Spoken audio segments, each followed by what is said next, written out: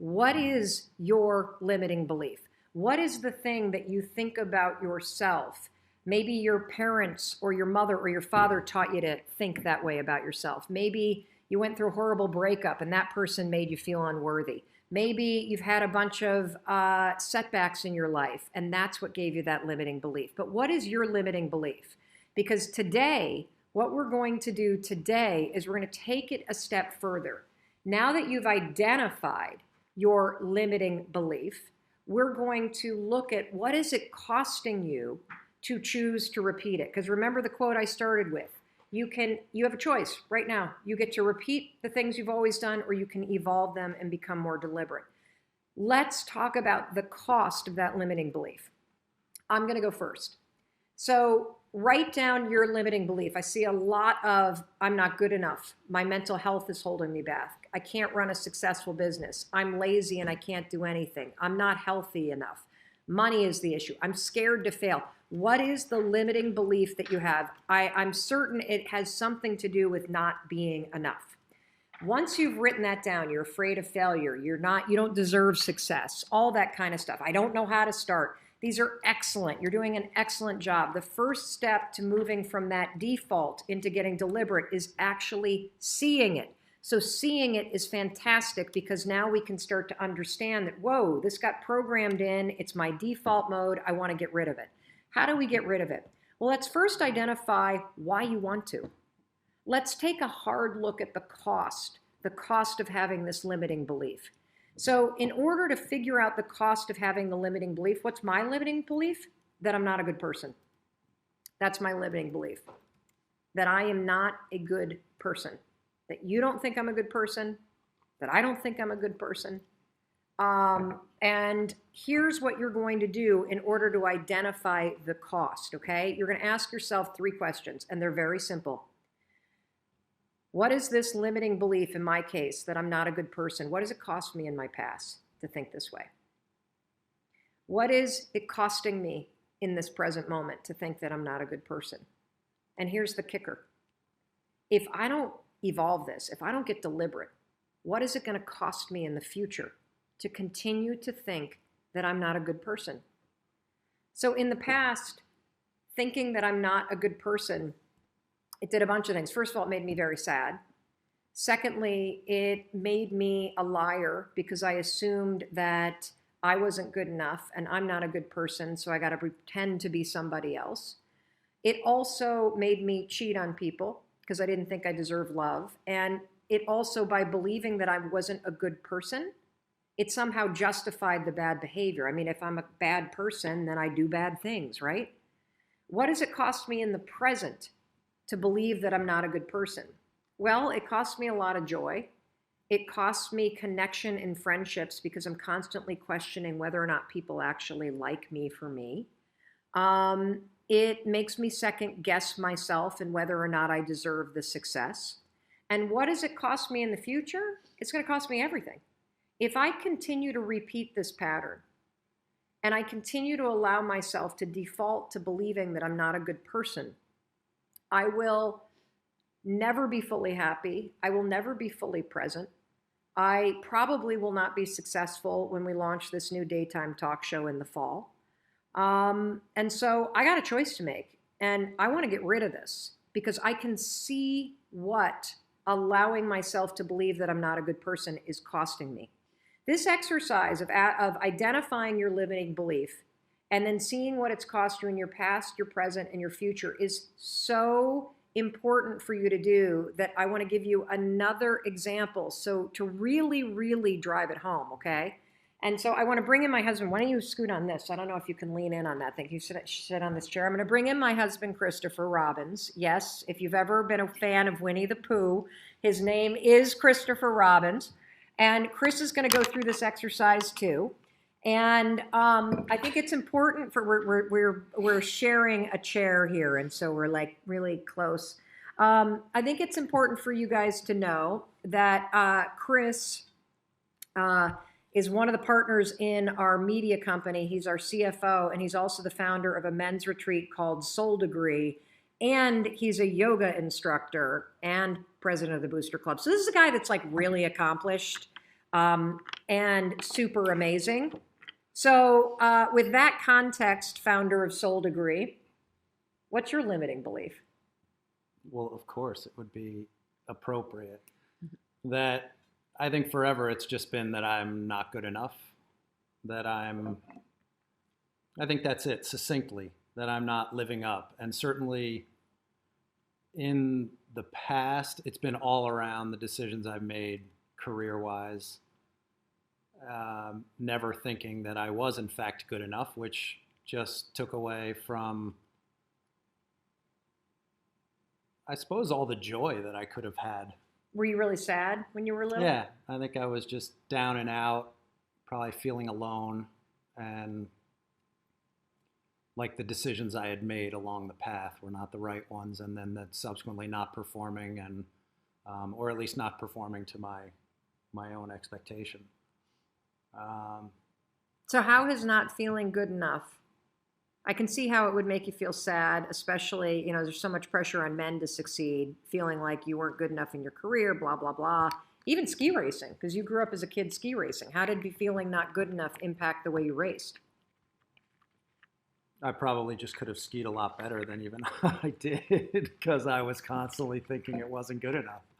And now what about in the present? What is the default belief that you're not good? Is it like, how is it still in your life in this moment? Because here's the thing about a limiting belief, guys, is that everybody will look at you on the outside and they'll be convinced you don't have it. They'll be shocked that you believe that about yourself. And that's why it's important for you to be honest with yourself about what your limiting belief is, because it's something you are doing to yourself. So what is the belief that you're not good enough? How is that impacting your life right now, Chris? Probably has everything to do with just being the point parent. As much as I love being the point parent and having the time with the kids that I have, given your own schedule. Let me explain what that means. So Chris and I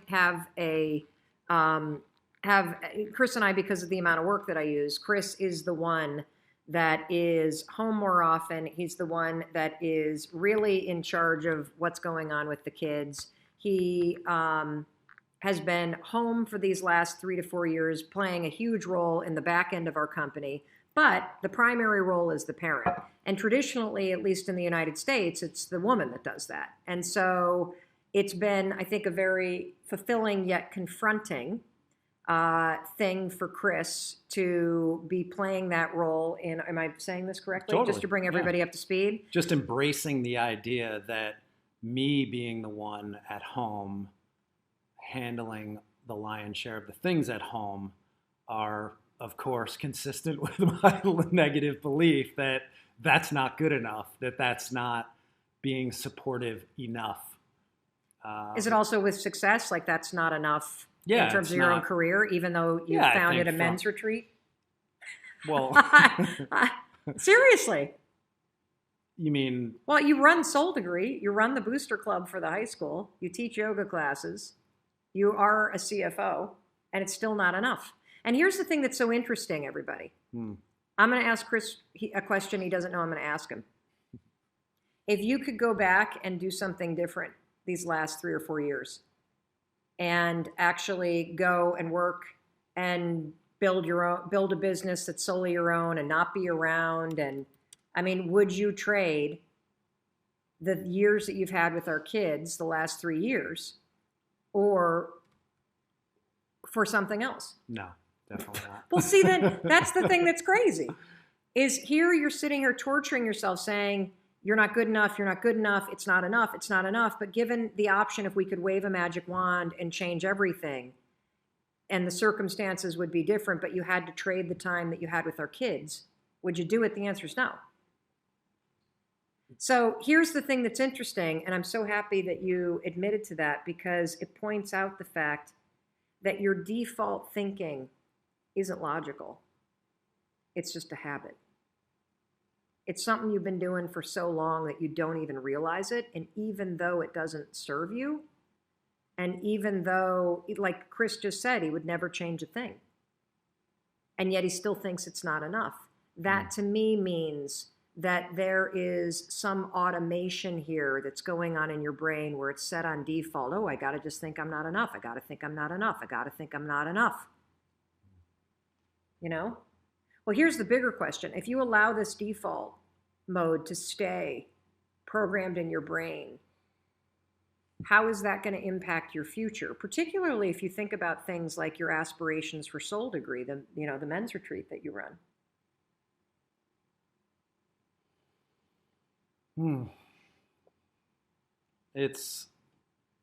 I think that if it perpetuates, then I'm obviously my own impediment to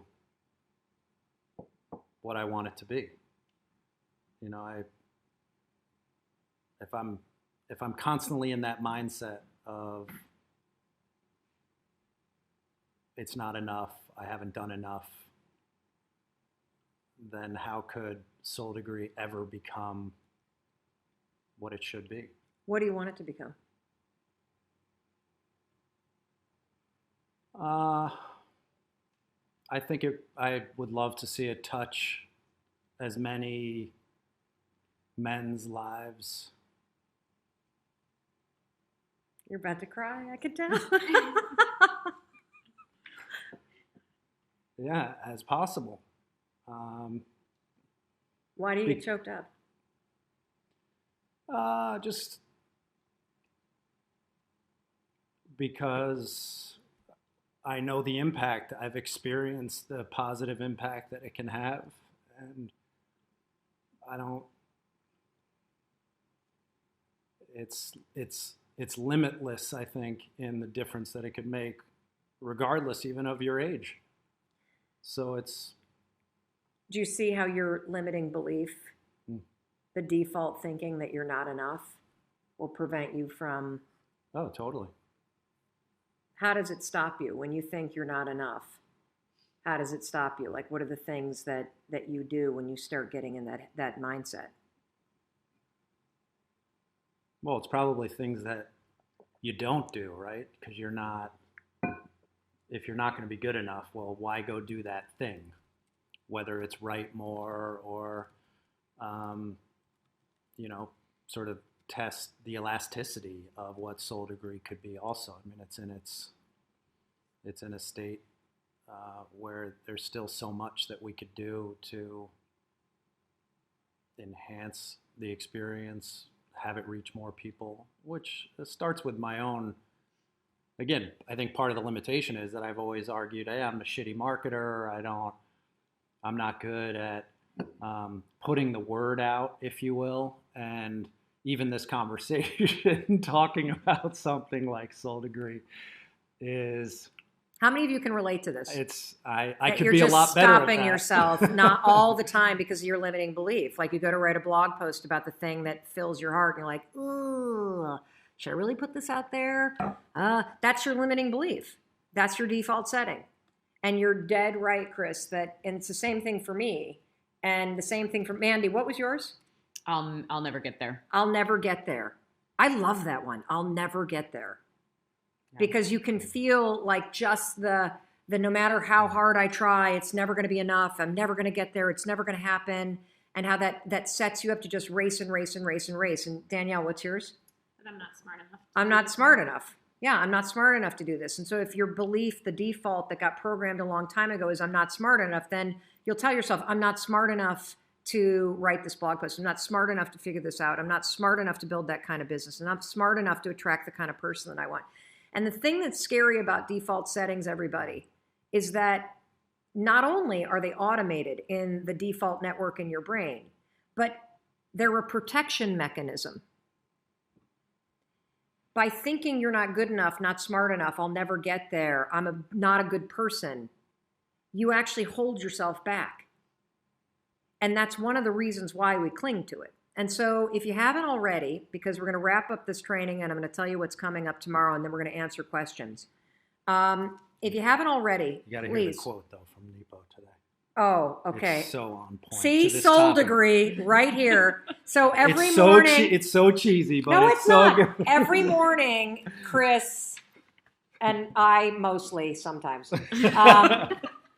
Chris reads from this. This is so tattered. He's been doing it for years. My mom also reads this book every single day. Your mom reads this book every single day. It's a page or two every single day. Mark Nero was fighting cancer when he wrote this, and it's beautiful. So Nepo. Mark Nepo. Did I say it wrong? Nemo. I said Nemo. But Finding Nemo. I'll just read a snippet because it's so on point for January 3rd. That is the 3rd, right? Today? Yeah. Each person is born with an unencumbered spot, free of expectation and regret, free of ambition and embarrassment, free of fear and worry, an umbilical spot of grace where we are each first touched by God. It is this spot of grace that issues peace. Psychologists call this spot the psyche, theologians call it the soul, Jung calls it the seat of the unconscious, Hindu masters call it the Atman, Buddhists call it Dharma, Rilke calls it inwardness, Sufis call it Qualb, and Jesus calls it the center of our love. To know the spot of inwardness is to know who we are, not by surface markers of identity, not by where we work, or what we wear, or how we like to be addressed, but by feeling our place in relation to the infinite and by inhabiting it. This is the hard, lifelong task, for the nature of becoming is a constant filming over where we begin, while the nature of being is a constant erosion of what is not essential. Oh. Each of us lives in the midst of this ongoing tension, growing tarnished or covered over, only to be worn back to that incorruptible spot of grace at our core. Well, I would say the one word that came to mind when you were reading that was, let's see if I can find it, not essential. You know what's not essential is your default thinking and your negative belief. And in fact, it is essential that you get rid of it. You're awesome. You don't have to go. I'm gonna keep wrapping. I am this. gonna go. You are going? Where are you going? I'm sure he's got a blog post to write because now he's gotten rid of his limiting belief. Bye. See ya. Okay. So tomorrow, I want you to write your limiting belief in there. And here's another thing. What is it costing you right now? What are the things you're not doing because of that limiting belief? For me, not being a good person, I think it's the thing that keeps me isolating myself. And it also, I can see how, just like Chris was explaining, that his limiting belief has him not doing things like writing more blog posts and putting himself out there. Even though I'm out there, there's, I think, a level to which I'm not because of this belief that I'm not a good person. So I want you to write in the comments what's your limiting belief and what's it costing you right now. What are you not doing because of it? And I want to come back to the opening quote. You have a choice. You're either going to repeat what you're doing or you're going to evolve it. And when you ask yourself these three questions, what is my limiting belief cost me in the past? What's it costing me right now? And what is it going to cost me if I continue to choose to do it? If I continue to choose to be on default? Hopefully getting in touch with that will help you, give you, motivate you, push you to choose to be deliberate in what you're thinking next. Because tomorrow what we're going to be talking about is how do you create a deliberate belief, one that you don't believe yet. We're going to teach you how to think this, not that. Because it's essential that you have something to go to for when you catch yourself going to that default. So trust me when I tell you, tomorrow we are going to take you from the, oh my God, I need to stop doing this, and into the mode of, okay, I got this. I can think this, not that. I think I am engaged in emotional eating right now. It is 2:22 in the afternoon. The wheels are off today. I know why. The reason why is because I did not stick to my normal routine.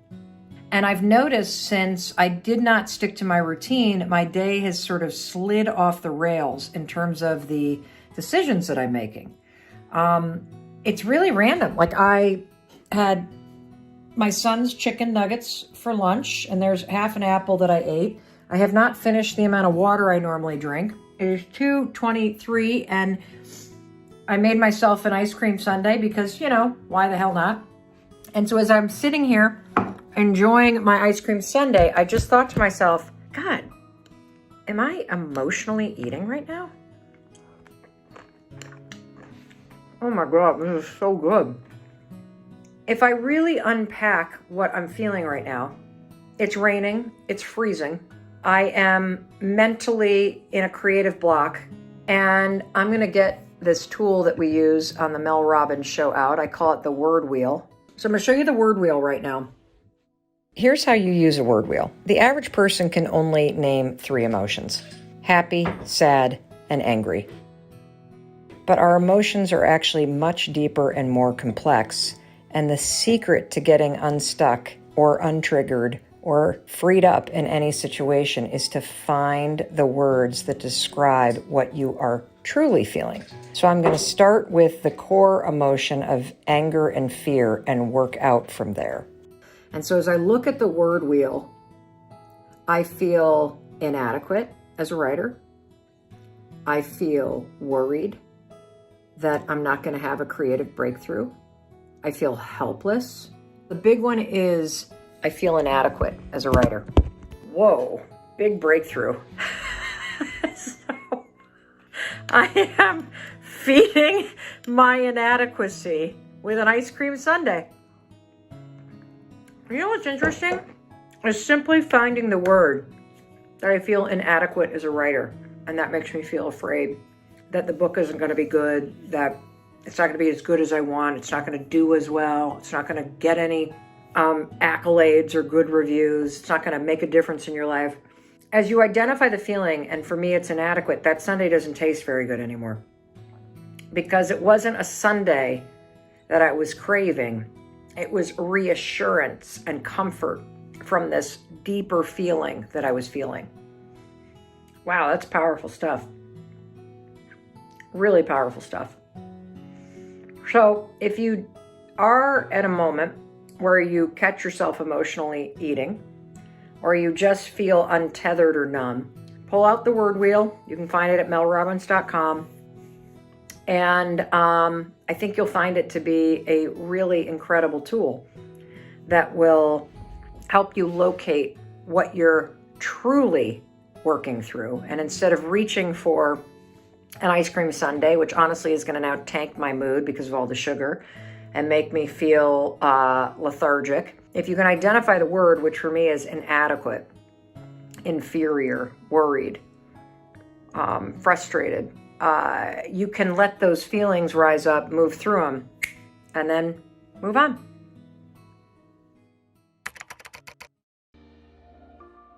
Two hours later, and let me tell you the impact of having fed my feelings. First of all, I am totally bloated.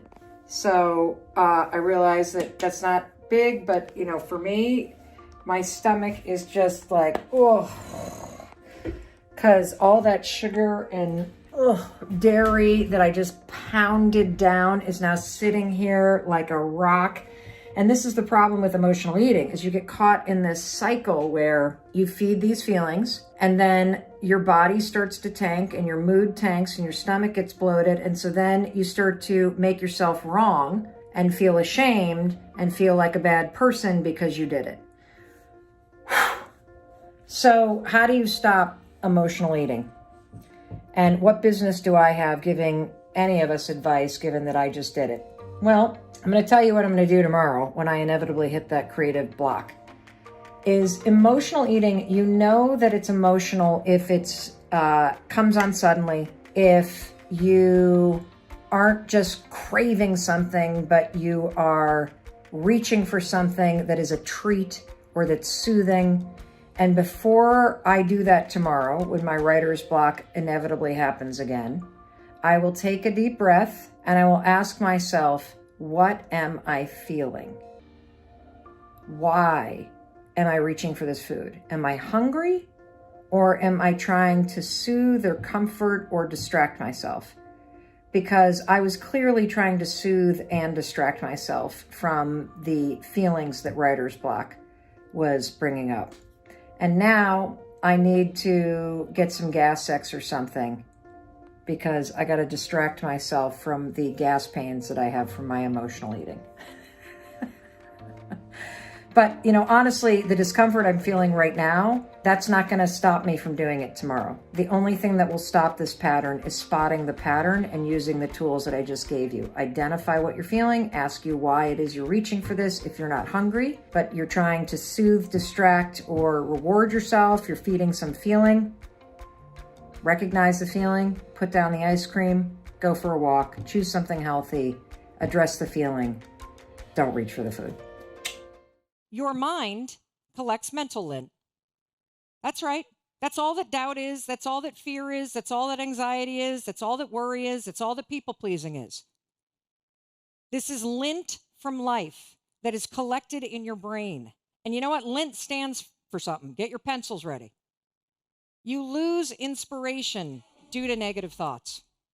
That's all that's happening. You're not broken. You're just blocked. The filter in your mind is blocked, just like a dryer filter gets blocked by lint. And you can't think this stuff away. You got to take action. And the single most effective tool on the planet, hands down, to wipe away the lint in your mind, to wipe away the doubt, to wipe away the fear, to wipe away the anxiety, is the 5-second rule. I'm dead serious about this. When you feel the fear rise up, when you feel the self-doubt start to block, when you feel the anxiety start to take over, when you feel like you're losing the inspiration to move, you're just going to count backwards. 5, 4, 3, 2, 1. I know it sounds dumb, but trust me on this one. Counting backwards, 5, 4, 3, 2, 1, wipes the lint off the filter in your brain. That lint that makes you lose your inspiration to act due to negative thoughts. And once you get to 1, it's clear. So your confidence and your courage can flow right through you. One of the most important things when you're in a situation where the truth, the facts are that there is more on your plate than one human being can effectively handle on his or her own, there's a really important moment where you have to surrender to the chaos that your life is for the next couple weeks. Things are going to change when summer hits, but part of what I find personally is that when I resist, and I do resist, I resist what's actually happening when that's not the way that I want things to go. And so if you start complaining or you start bringing extra weight to all of the things that are going on, it's going to make it feel even more overwhelming. And if you can bring a sense of realism to it. So I call this, and I think Sean Anker's the one that came up with this term, realistic optimism. Realistic optimism is a really powerful mindset because you're not just putting a sunny spin on a crappy situation. You're being realistic about where you are in your life right now. And you are still maintaining an optimistic point of view. And what that means is that you, when you're an optimist, you believe that your actions and your thoughts matter. You believe that you can handle what's on your plate. You believe that based on your thoughts and your actions, you can positively affect the outcome of whatever it is that you're dealing with, whether it's being wildly overwhelmed because you're a single parent, or terrified because you just got a scary health diagnosis, or you're spinning because somebody just told you they don't want to be in a relationship with you anymore. Whatever it is that you're facing that's making you feel overwhelmed, first start with how important it is to be a realistic optimist. So there's a surrendering to what's so, but you're going to stay very optimistic and positive and know that everything that you think and do is in your control. And that when you know that your behavior matters, it gives you a sense of empowerment that's proven by research. Super duper important.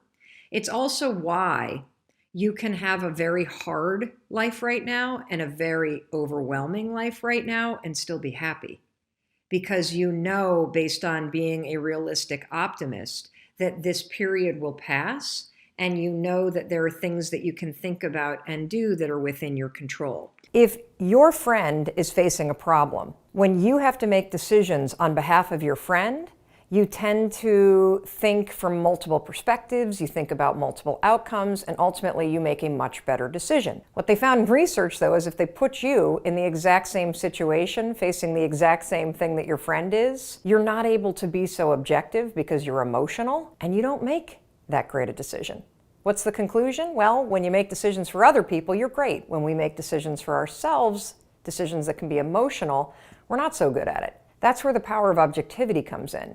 It's the ability to make a decision from a third party's perspective. Let me explain. So if you're facing a really important decision and you can feel yourself getting emotional, maybe you're thinking about asking for a raise or changing your career or changing your major or ending a relationship or starting a relationship, whatever it may be, if it's something that is emotional for you, you're going to have a hard time thinking about all the options, and you're going to be really attached emotionally because maybe you're concerned about the people who may be impacted by your decision. Maybe you're managing that somebody's going to be disappointed or hurt by what you need to do for you. This is when the power of objectivity is really important. Pick somebody that you really admire. I mean, it could be somebody like a Bill Gates or a Richard Branson or an Oprah Winfrey, or maybe you have a mentor. And stop yourself and ask, what would Oprah do in this situation? What would Richard Branson do in this situation? What would your mentor do in this situation? Bringing that level of third-party objectivity will yank you out of your body and your emotions, and it will help you give yourself the perspective that you need and the distance from your emotions so that you can actually assess your options and make the best decision for you. What would Mel do if Mel were making the decision, the best decision? You know, there's a really interesting example of somebody who did this in sports, and at the time, he actually got a lot of flack for it. It was LeBron James. Now, LeBron James, as you know, played for the Cleveland Cavaliers for a really, really long time, and he's arguably one of the best basketball players to ever hit the NBA. So he made this announcement that he was going to leave the Cleveland Cavaliers, where he had been playing forever, had rabid fans, and he was going to leave them and go to Miami. Miami Heat. That was the conclusion you woke up with this morning. That was the conclusion I woke up with this morning. He was giving an interview to ESPN, and what he said was this. He said, LeBron James needs to do what's best for LeBron James. Now, people kind of laughed at him because it's a funny way to say the sentence, but this guy's really smart. He was leveraging the power of objectivity. Mel Robbins needs to learn how to do what's best for Mel Robbins, and you need to learn how to do what's best for you. Why don't you like the size you are? Because it's unhealthy.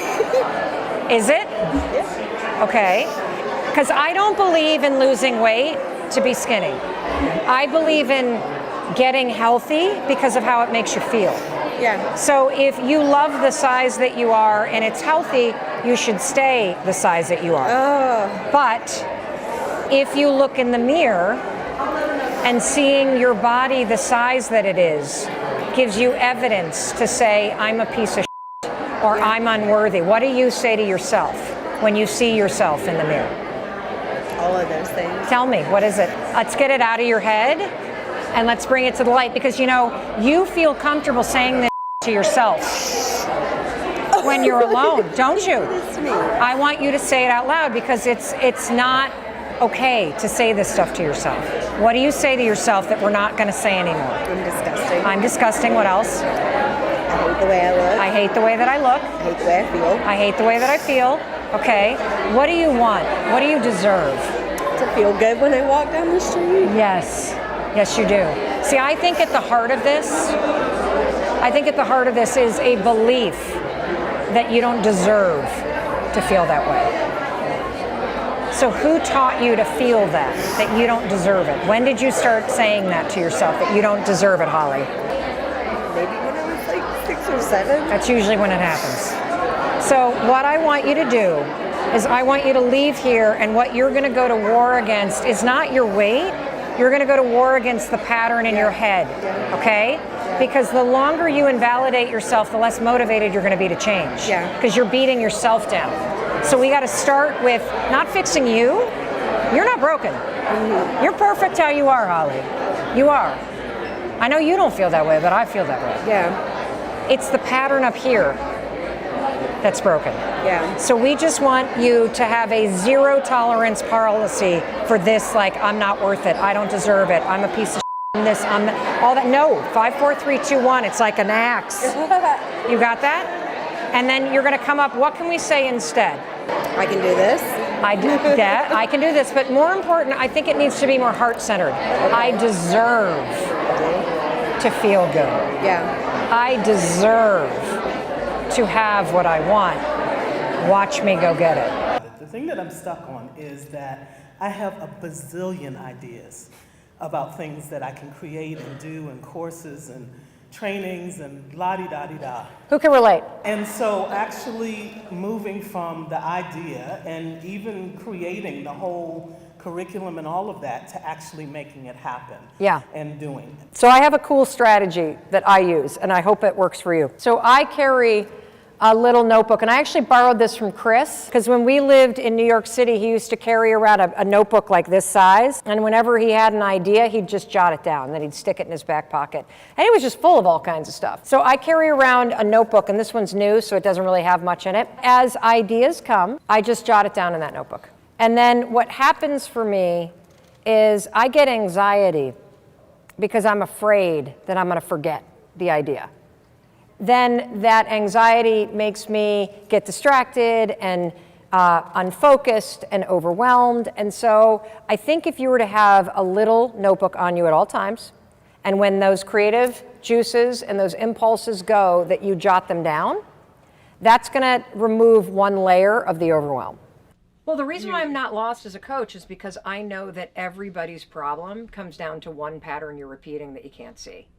And that pattern is getting triggered by something that happened in your past that left you with this emotional scar. And so for me, the thing that I always, always, always have to deal with in myself is the fear of disappointing somebody. So if I'm in a situation where I start to feel that, it's an old trigger.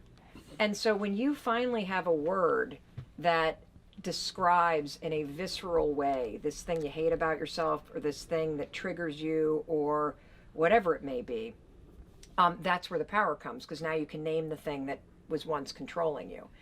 And so if you can identify, first of all, the pattern you keep repeating that makes you miserable or doesn't serve you or makes you lose your power or has you go numb, then you can start to go back and say, well, where did I first start doing this? And what was the experience that triggered it? Because that's the root of the problem right there. And when you expose all of that, the trigger and the emotional button, like I'm afraid of disappointing people, I'm afraid of disappointing people, I'm not worthy, I'm pissed off that this is happening to me. Now you have the ability to change it forever. If you're in a situation where you should do something and the excuses roll in, you only have 5 fucking seconds before the excuses win. Yeah. That's it. And it has to do with how your brain is designed. And so I started seeing this 5-second window everywhere. Everywhere. You walk into a networking meeting and the 5-second window is right there, because you look around and you see all these people you should talk to and you feel yourself freeze. 5, 4, 3, 2, 1, and you can start walking.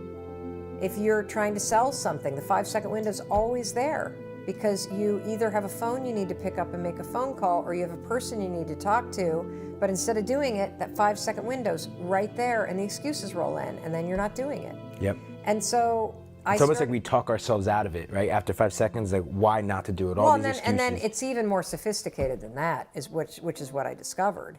And what's more sophisticated about it is that you have 2 modes to your brain. You have the prefrontal cortex, which is the mode of your brain. It's the front part of your brain that does all your strategic planning, your decision making, not all your decision making, that's wrong. It does your intentional decision making, conscious decision making. It's what you're using when you're acting with courage. It's what you're using when you are learning anything new. If you've ever taken a standardized test, when you walk out of a standardized test, what do you have? You have a freaking headache because you've been using this part of your brain.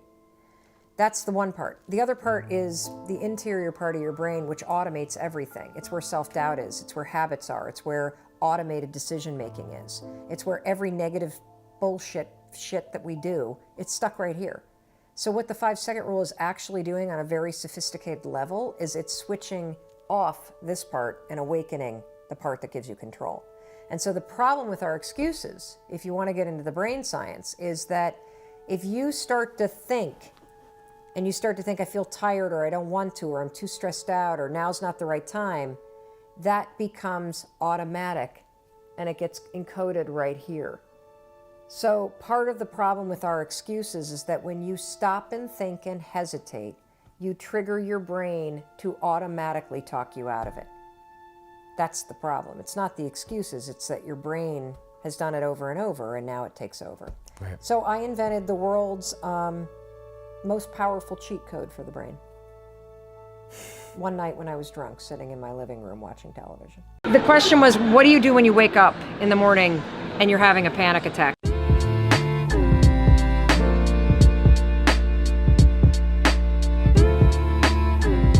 That is something I lived with for years, and it is terrifying. This is new to me. It's terrifying. I'm so sorry this is happening to you.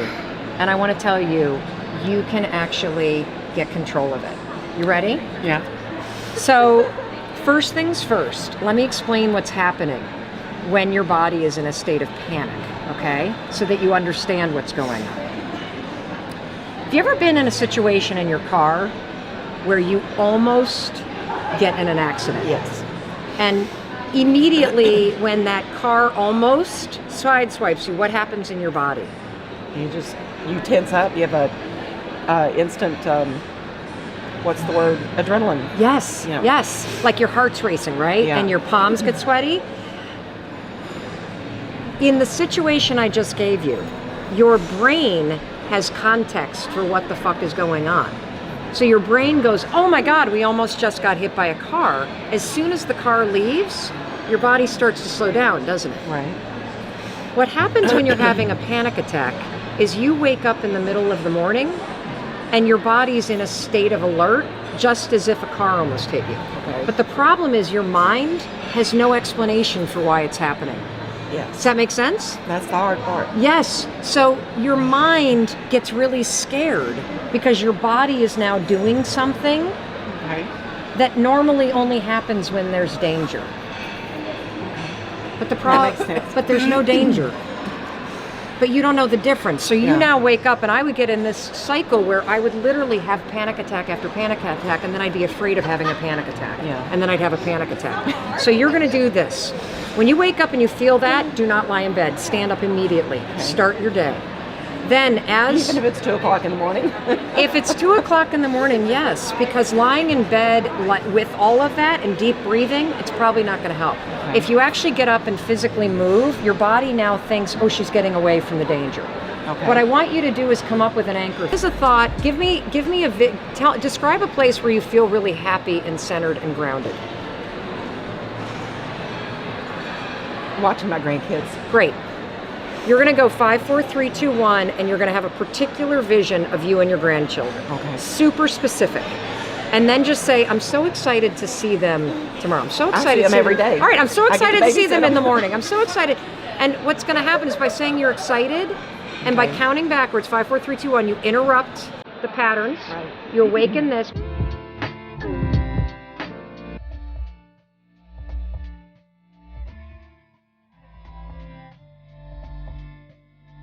By saying, I'm excited to see my babies. And then you've got a picture of them. Your mind's going to start to go, oh, her heart's racing because she's excited to see her babies. Okay. Just keep saying that. You've got to give your mind an explanation Right. to get it to calm your body down. Okay. In the car crash, your mind knows what's happening. You're going to give it a reason. Do you understand? I do. The other thing I want you to know, in the back of this book, last page right here, this is for everybody. The book comes with 31 days of video torture. Sign up for it, because I go into panic and anxiety very deeply. All that's happened is, for some reason, you've started to worry. And that worry has become a habit, and now your body is worrying, and that's now leading to panic. We can reverse it, okay?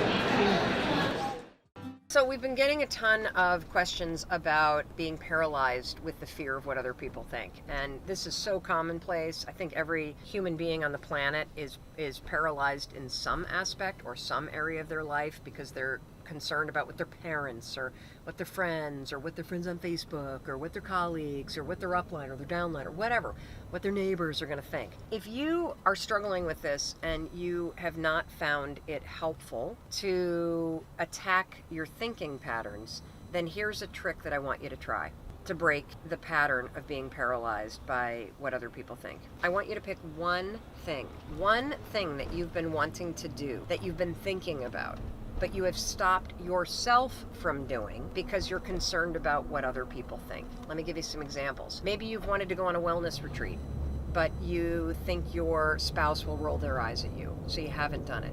Maybe you have a particular Facebook post or a blog. So many of you want to start a business or start creating art, but you're terrified of putting yourself out there because of what other people will think. Today, we're going to break that pattern. What you're going to do is you're going to pick one thing you've been stopping yourself from doing, and you're going to do it. You're going to do it. And the reason why I want you to do this is because I know that if you're still paralyzed, you have not been able to change your thinking patterns yet. That's cool. No problem. We're going to try a different tactic. I want you to change this paralysis through action. Because if you sign up for that class, if you go on that retreat, if you create your art, if you post that blog post, if you start that business, you will be proving to yourself through the actions that you're taking that you don't care what other people think. Try that today. Let me know, number one, what you've stopped yourself from doing, and number two, what you're committing to doing today. Because one way to break this is to attack the thoughts and change the thoughts and get into action first. The other way to do it is to recognize that you're paralyzed,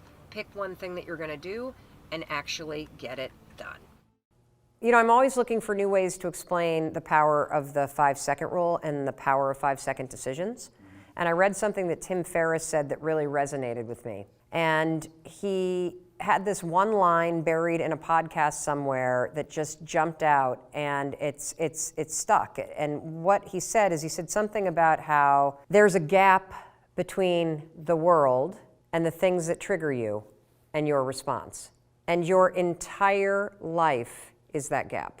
When you start to, this is not what he said, he kind of identified this gap, and I, of course, intrinsically was like, well, absolutely, that's the 5-second window between instinct or stimulus and your reaction. And when you start to understand that your whole life plays out in this 5-second gap, and that there's a gap that's 5 seconds long between fear and courage, and there's a gap that's 5 seconds long between self-doubt and confidence, that is your life. And what's super cool about understanding that your whole life is inside this gap is it's so small, everybody, that you have the ability to control it. Life's always gonna throw triggers at you, and there will always be all kinds of cool things that inspire you, your wisdom, and you get to choose what happens in that gap. Do you succumb to an excuse, or do you push yourself forward?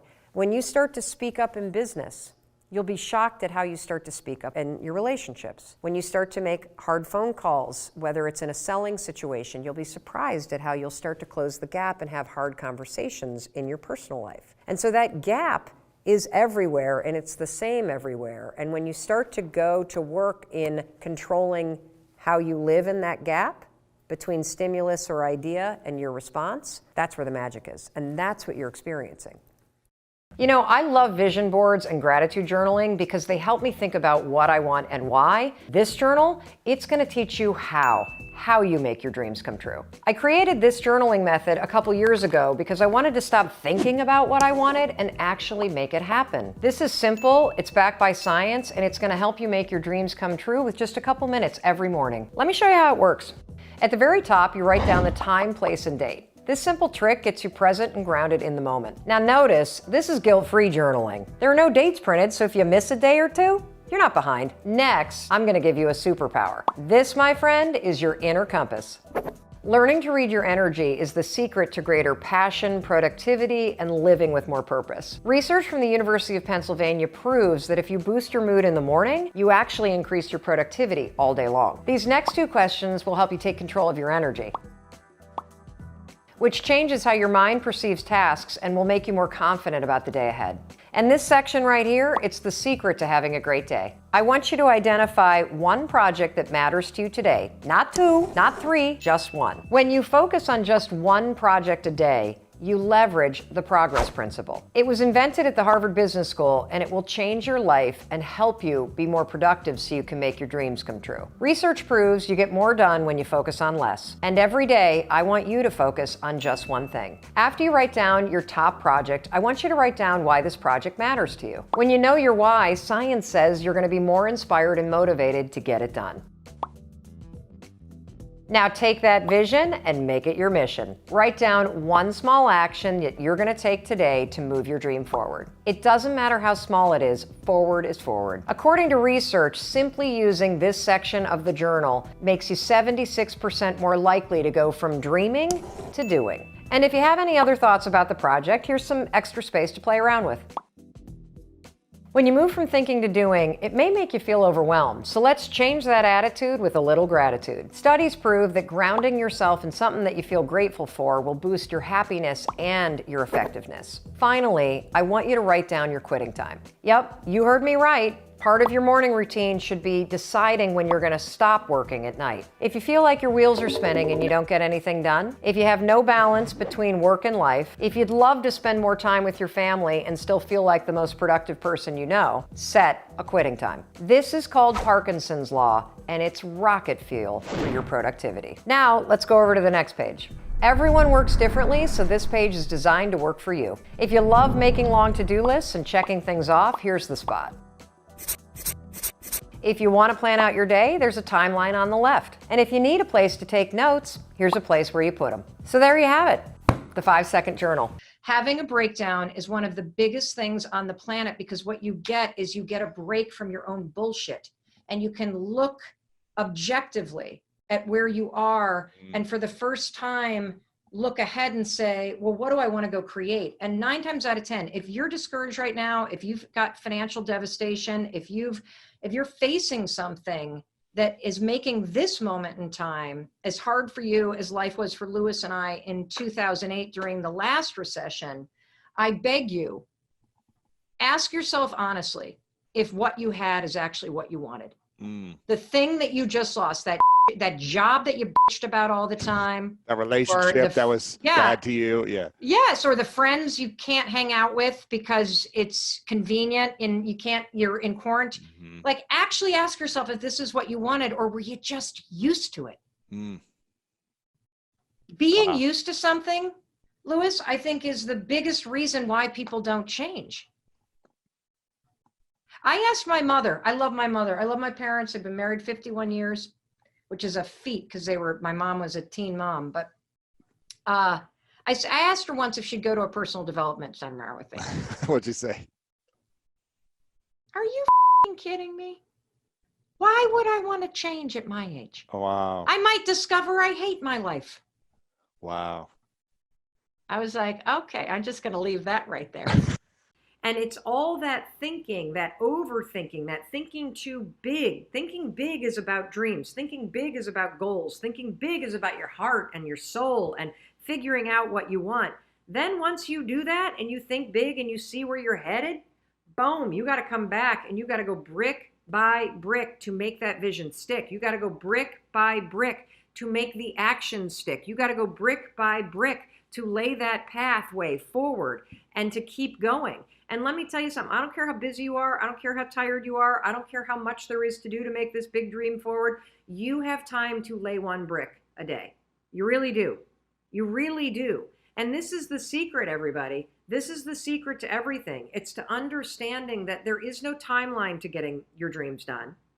All there is to do is to allow your heart and soul to dream big, to see the path forward, and then to pull yourself into the moment every day and have the discipline to be deliberate, to lay one brick on that path.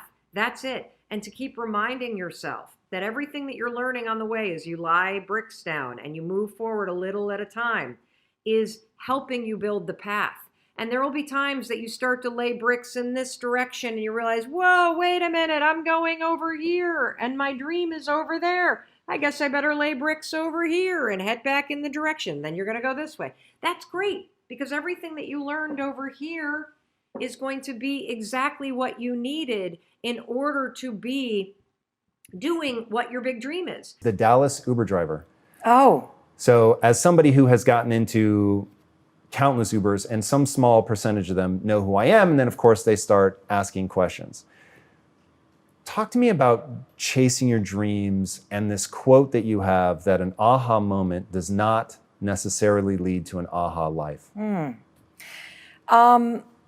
Yeah, the Uber driver in Dallas that's in this book. I get choked up when I think about him. An aha moment. Why choked up? I get choked up because what happens for me every single day is, and you hear from people every single day, you've got millions and millions of people that are inspired by, empowered by, impacted by your content. There are people out there that use your work as a lifeline, and it is humbling. And what I am really present to in the work that I'm putting out, in the stuff that I'm sharing, whether it's my failures or the things that I'm using that are helping me in my own struggles, is just how much people are holding themselves back and how much pain people feel. Because most folks know what they dream about and what they want. And yet they're spending all of their time and energy arguing against what they want. And so you can have all these epiphanies. I hope that when somebody listens to our conversation and watches this, that they have a massive aha moment. But it's not going to mean fucking shit if you don't take action and do something about it. The aha moment is the door that opens. But your new life does not begin unless you fucking step through the door. And most people, and that's what was so kind of, you know, the simple idea of high-fiving yourself, of encouraging yourself, of supporting yourself. Most people, when you have an aha moment and the door to your new life opens up, instead of going, I got this, let's go, and high-fiving yourself to step forward, most of us go, I don't know if I'm worth it. I don't know if right now is the right time to do this. I don't think I'm good enough. I've failed so many times, I can't go through that door. And that's the problem I want to attack right now. That there is somewhere in your life that you know what you want. You can feel it pulling you. And you are actively arguing against it. You're bringing yourself down. You're beating yourself out. Like, people will cheer for you and me. They won't cheer for themselves. I'm the same way. And so this Uber driver, the story that you're talking about, I get into the car and we start driving, and I'm on the phone as we're driving, and I'm having a conversation with somebody about this daytime talk show that I launched, which was a dream with Sony Pictures Television, and then was promptly fired after season 1. It was a huge fucking failure because we didn't make it to season 2. Huge failure in real world terms. Right. Massive success when it comes to the timeline of my life.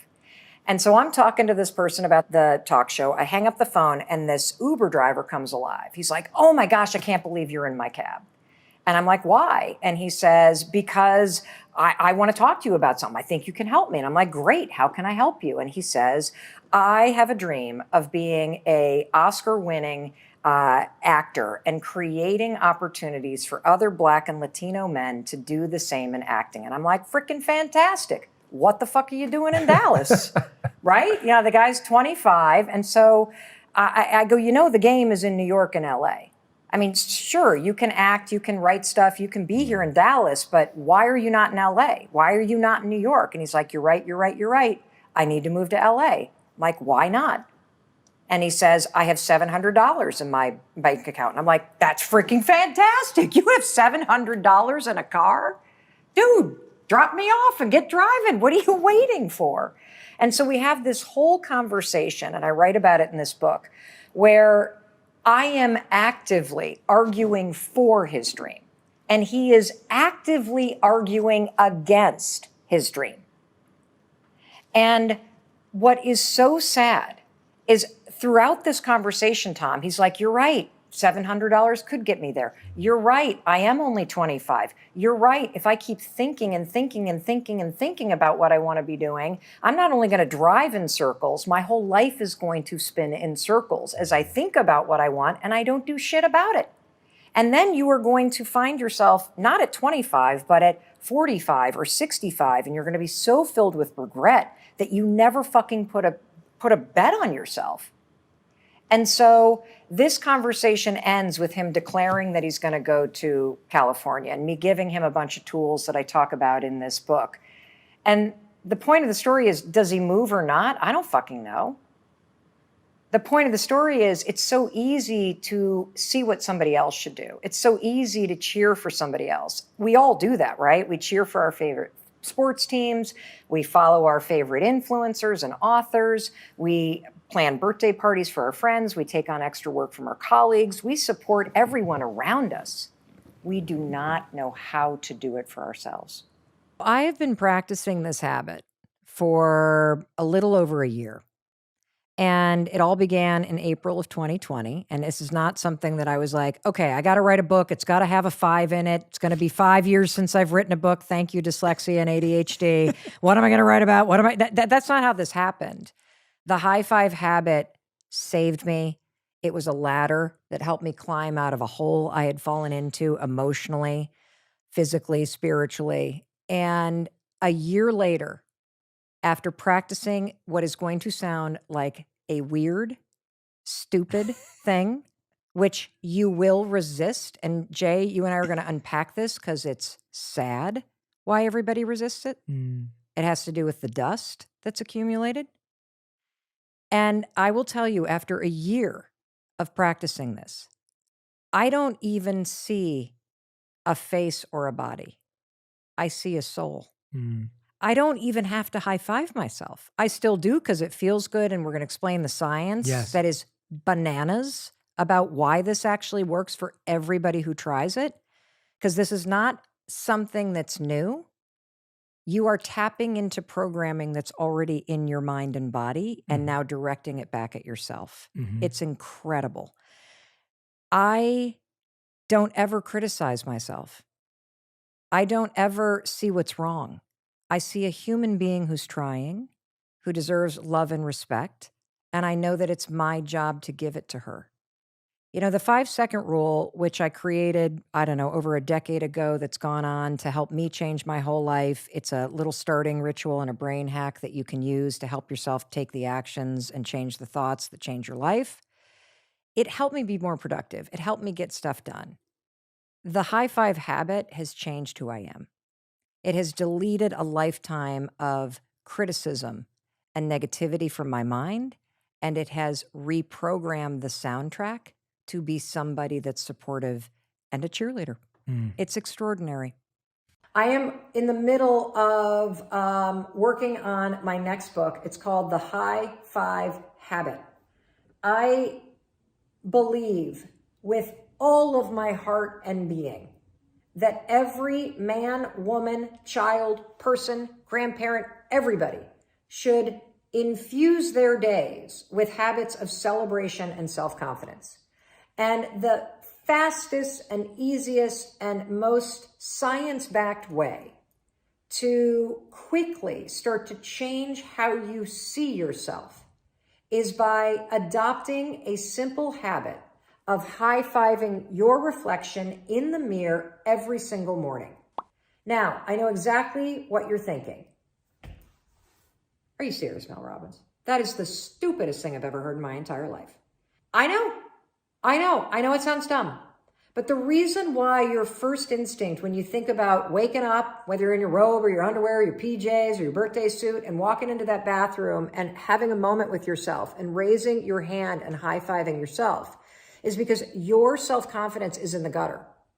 You believe some garbage about yourself. You think you're a bad person, or you're unworthy, or you're ugly, or nobody likes you. Or how about this one? This was the story of my life. I have f***ed up my life so badly, I might as well just flush it down the toilet.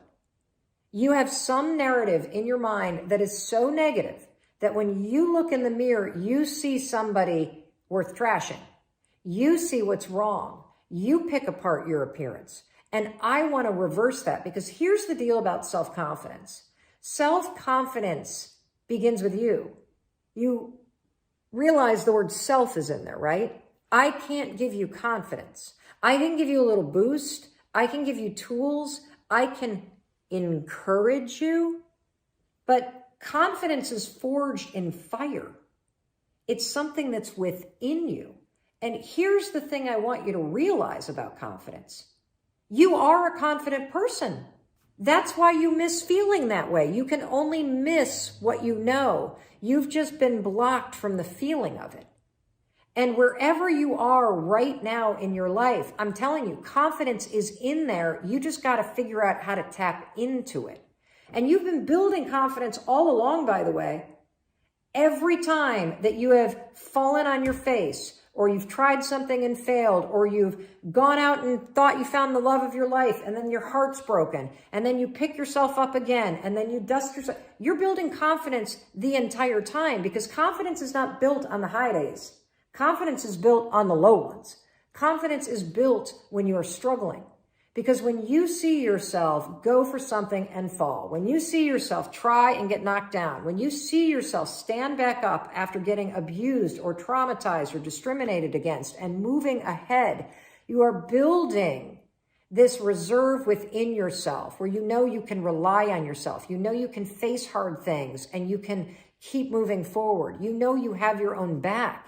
So it's in there. Your life has been helping you build it. Now you got to just dig in and tap into it and use it to shut that critic up in your head.